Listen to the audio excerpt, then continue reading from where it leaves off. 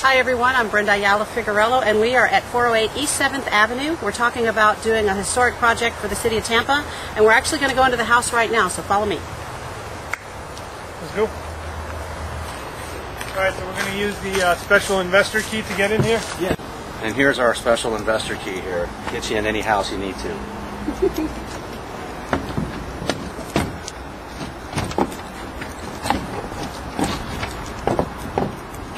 Okay, so this house, as you can see already, is pretty heavily fire damaged. This house actually had some squatters come into it and make themselves at home.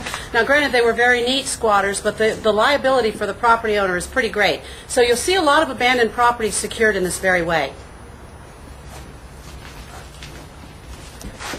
You'll notice there's a lot of burn damage in this immediate area coming into the back room. The house is structurally sound, but if you're walking in here, it is very likely that you'll fall through some wood flooring. A lot of water was used to put this fire out. It was pretty significant. So it's really a safety hazard for anyone in here, and usually we would wear a hard hat in this area. Anthony, get this over here. Yeah. Also, there was some termite or carpenter ant damage. Going to have to replace some of these studs. This is what you call a true rehab. It's not a fluff and buff. Starting from the ground up, so this is going to be a pretty good project. This house is really exciting because of its historical value. Actually, I'd like Kevin to talk a little bit about where this house came from, how it came to be, and what our plans are with it going forward.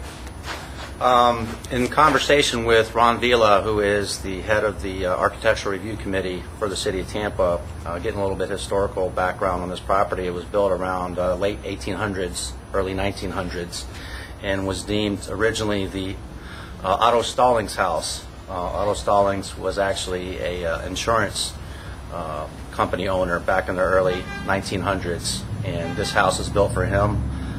There's been some add-ons done to it over the years. When we get to the outside of the building, you'll see where the first addition was made to the back of the building. But what I visualize this building as being is professional center for attorneys, CPAs, financial planners, and I actually personally would like to see the house built around this fireplace as we get up to the front. To me, this is the center point, the focal point of the entire building, is that fireplace, which actually does not have any structural damage to it. There's no fire damage to it at all. Hi, I'm John Kurz, and I represent the investment group that originally financed this property for the prior owner.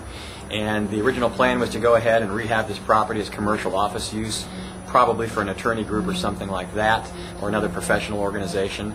We had funded the acquisition of the property and had allowed for the cost of renovations. Plans were in place. For whatever reasons, the prior owner ran into some financial problems, and we received the property back in foreclosure. So now our goal is to either go ahead and sell the property, renovate the property, and somehow recoup our initial investment.